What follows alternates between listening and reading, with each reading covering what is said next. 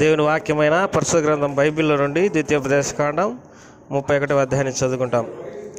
మోషే ఇశ్రాయేలులందరితో ఈ మాటలు చెప్పుట చాలించి వారితో మరలా ఇట్లా నేడు నేను 120 ఏండ్ల వాడనై ఉన్నాను. ఇక మీదట నేను వచ్చు పోవచ్చు నుండలేను. యెహోవా ఈ యోర్దాను దాటకూడదని నాతో సెలవిచ్చెను. నీ దేవుడైన యెహోవా నీకు ముందుగా దాటిపోయి ఆ జనములను ఎదుట నుండకుండా నశింపజేయును. నీవు వారి దేశమును స్వాధీనపరుచుకుందువు. యెహోవా సెలవిచ్చినట్లు యెహోషువ నీకు ముందుగా దాటిపోవును. యెహోవా నశింపజేసిన అమోరీల రాజైన సీహోనుకును ఓగుకును వారి దేశమునకు ఏమి చేసినో ఆ ప్రకారంగానే ఈ జనములకును చేయును. నేను మీకు ఆజ్ఞాపించిన దానిని అంతటిని బట్టి మీరు వారికి చేయునట్లు యెహోవా నీ చేతికి వారిని అప్పగించును. నిబ్బరం కలిగి ధైర్యంగా నుండుము. భయపడకుడి, వారిని చూసి దిగులు పడకుడి. నీతో కూడా వచ్చువాడు నీ దేవుడైన యెహోవాయే. ఆయన నిన్ను విడవడు, నిన్నెన్నడు ఎడబాయడు. మరియు మోషే యెహోషువను పిలిచి, నీవు నిబ్బరం కలిగి ధైర్యంగా ఉండము. యెహోవా ఈ ప్రజలకు ఇచ్చుటకు వారి పితరులతో ప్రమాణం చేసిన దేశమునకు నీవు వారితో కూడా పోయి దానిని వారికి స్వాధీనపరచవలేను. నీ ముందర నడుచువాడు యెహోవా, ఆయన నీకు తోడైండును. ఆయన నిన్ను విడువడు, ఎడబాయడు. భయపడకము, విస్మయం పొందకమని ఇశ్రాయేలులందరి ఎదుట అతనితో చెప్పాను. మోషే ఈ ధర్మశాస్త్రమును రాసి యెహోవా నిబంధన మందసమును మోయు యాజకులైన లేవీలకును ఇశ్రాయేలుల పెద్దలందరికీ దాన్ని అప్పగించి వారితో ఇట్లను, ప్రతి 7వ సంవత్సరాంతమున అనగా నియమింపబడిన గడువు సంవత్సరమున నీ దేవుడైన యెహోవా ఏర్పరచుకున్న స్థలమందు ఇశ్రాయేలులందరూ ఆయన సన్నిధిని కనబడి పర్ణశాలల పండుగను ఆచరించినప్పుడు ఇశ్రాయేలులందరి ఎదుట ఈ ధర్మశాస్త్రమును ప్రకటించి వారికి వినిపింపలేను. మీ దేవుడైన యెహోవాకు భయపడి ఈ ధర్మశాస్త్ర వాక్యములన్నింటిని అనుసరించి నడుచుకున్నట్లు పురుషులేమి, స్త్రీలేమి, పిల్లలేమి, నీ పురములలో ఉన్న పరదేశులేమి వాటిని విని నేర్చుకున్నట్టుకు అందరినీ పోగు చేయవలేను. అలాగూ నేర్చుకునే నేడలా దాన్ని ఎరుగని వారి సంతతి వారు దానిని విని మీరు స్వాధీనపరుచుకున్నట్టుకు యోర్దాను దాటబోచున్న దేశమున మీరు బ్రతుకు దినములన్నీ మీ దేవుడైన యెహోవాకు భయపడుట నేర్చుకుందరు. మరి యెహోవా చూడుము, నీ మరణ దినములు సమీపించను. నీవు యెహోషువను పిలిచి నేను అతనికి ఆజ్ఞ ఇచ్చినట్లు ప్రత్యక్ష గుడారంలో నిలువుడని మోషేతో చెలవేగా మోషేయు యెహోషువయు వెళ్ళి ప్రత్యక్ష గుడారంలో నిలిచిరి. అంతటా యెహోవా మేఘస్తంభంలో ప్రత్యక్షమాయను. ఆ మేఘస్తంభము ఆ గుడారపు ద్వారం పైన నిలువగా యెహోవా మోషేతో ఇట్లా ఇదిగో నీవు నీ పితరులతో పండుకొనబోచున్నావు. ఈ జనులు లేచి ఎవరి దేశమున తాము చేరి వారి నడువనందురో ఆ జనుల మధ్యన వ్యభిచారులై ఆ అన్యజనుల దేవతల వెంట వెళ్ళి నన్ను విడిచి నేను వారితో చేసిన నిబంధన మీరుదురు. కావున నా కోపం ఆ దినమున వారి మీద రగులుకొనును. నేను వారిని విడిచి వారికి విరోధి నగుదును. వారు క్షీణించిపోదురు. విస్తారమైన కీడులు, ఆపదలు వారికి ప్రాప్తించును. ఆ దినమున వారు మన దేవుడు మన మధ్య ఉండకపోయినందు కదా ఈ కీడులు మనకు ప్రాప్తించినందుకుందరు. వారు అన్ని దేవతల తట్టు తిరిగి చేసిన కీడంతటిని బట్టి ఆ దినమున నేను నిశ్చయముగా వారికి విరోధి నగుదును. కాబట్టి మీరు ఈ కీర్తన రాసి ఇశ్రాయేలులకు నేర్పుడి. ఈ కీర్తన ఇశ్రాయేలుల మీద నాకు సాక్ష్యార్థంగా ఉన్నట్లు దాన్ని వారికి కంఠపాఠంగా చేయించు.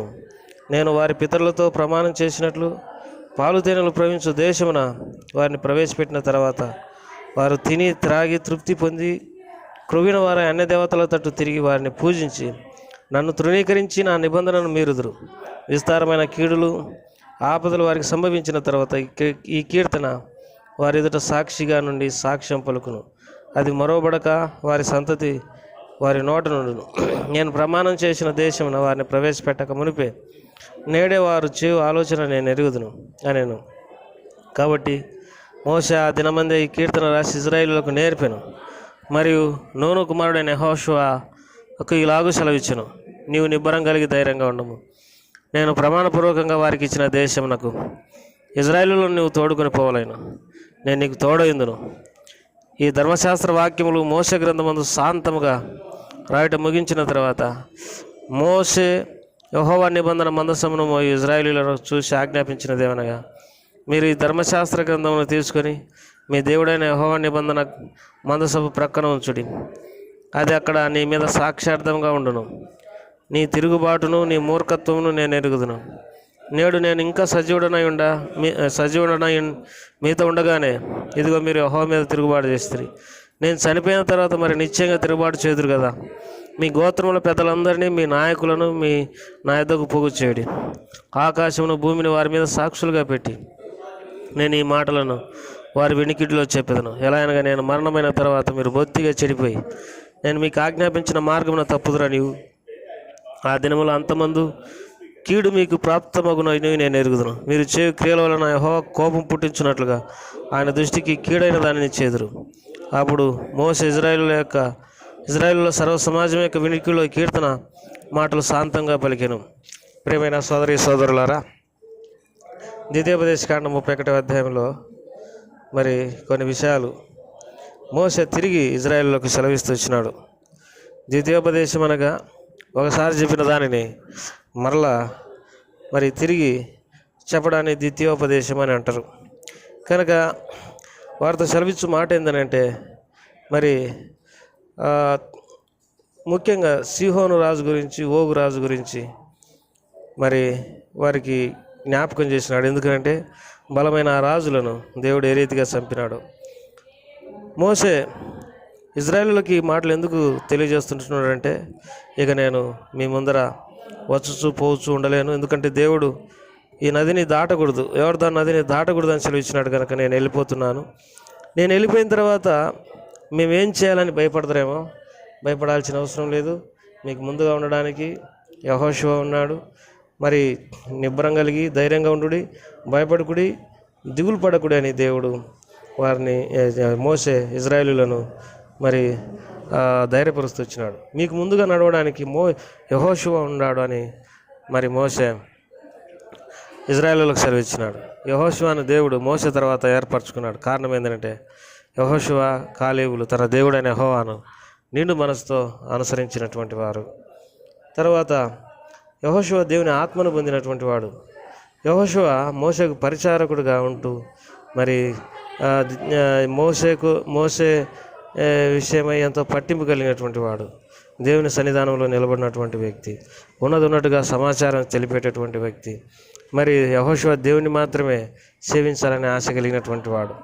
కాబట్టి అందుకే దేవుడు యెహోషువను ఏర్పరచుకున్నాడు. యెహోషువతో మోసే కూడా అంటాడు, భయపడగాకు, దిగులు పడగాకు, దేవుడు నీకు తోడుకుంటాడని. వాస్తవమే. మరి అహరోను లేడు, మిర్యాము లేడు. మరి ఇప్పుడు మోసే కూడా లేకపోతే సర్వ సమాజం ఏ రీతిగా ఉంటుందో మీకు అర్థమవుతుంది కదా. కాబట్టి పెద్దలందరూ వెళ్ళిపోతున్నప్పుడు మనం ఎంతో దిగులు పడతాము, భక్తులైనటువంటి దేవుని సేవకులు వెళ్ళిపోతున్నప్పుడు. అయితే దేవుడు మనకు సెలవిచ్చు మాట ఏంటంటే, భయపడగాకండి, నేను మీకు తోడుకుంటానని దేవుడు సెలవిస్తుంటున్నాడు. అయితే వీరి గురించి, ఇజ్రాయేలుల గురించి మోసే ఇంకొక మాట కూడా అంటాడు, నేను ఉండగానే మీరు అన్య దేవతలను పూజించినారు, నేను ఉండగానే మీరు దేవుని మీద తిరుగుబాటు చేసి కీడు చేసినారు, ఇక నేను లేకపోతే మీ పరిస్థితి ఏందని బాధపడుతూ వచ్చినాడు. ప్రియమైన సోదరులారా, మరి దేవుని సేవకులు ఉన్నప్పుడు, గొప్ప గొప్ప భక్తులు ఉన్నప్పుడు, ఎంతో శ్రేష్టమైనటువంటి దైవికమైన వాతావరణం ఉన్నప్పుడు మనం భక్తిగా ఉండడం గొప్ప సంగతి ఏం కాదు. కానీ అందరూ వెళ్ళిపోయిన తర్వాత మనము మరి నిబ్బరం కలిగి దేవుని సేవించడమే ఎంతో గొప్పదైన సంగతి. కనుక మనము మరి ఎంతో జాగ్రత్తగా ప్రభు మార్గంలో నడుచుకోవడానికి ప్రభువు సహాయపడును గాక. ప్రేమగల తండ్రి, దయగల ప్రభా, ఈ మాటలన్నింటినీ దీవించండి, ఆశీర్వదించండి. మరి ఈ దినం ద్వితీయోపదేశకాండం 31వ అధ్యాయాన్ని చదువుకోవడానికి సాయం చేసినావు. మీరు మాకు ఈ వర్తమానం ఇచ్చినందుకే స్తోత్రములు. విన్న వారిలో కార్యం జరిగించమని యేసు ప్రభువు వారి నామం పెట్టాడు వేడుకుంటున్నాం తండ్రి. ఆమెన్.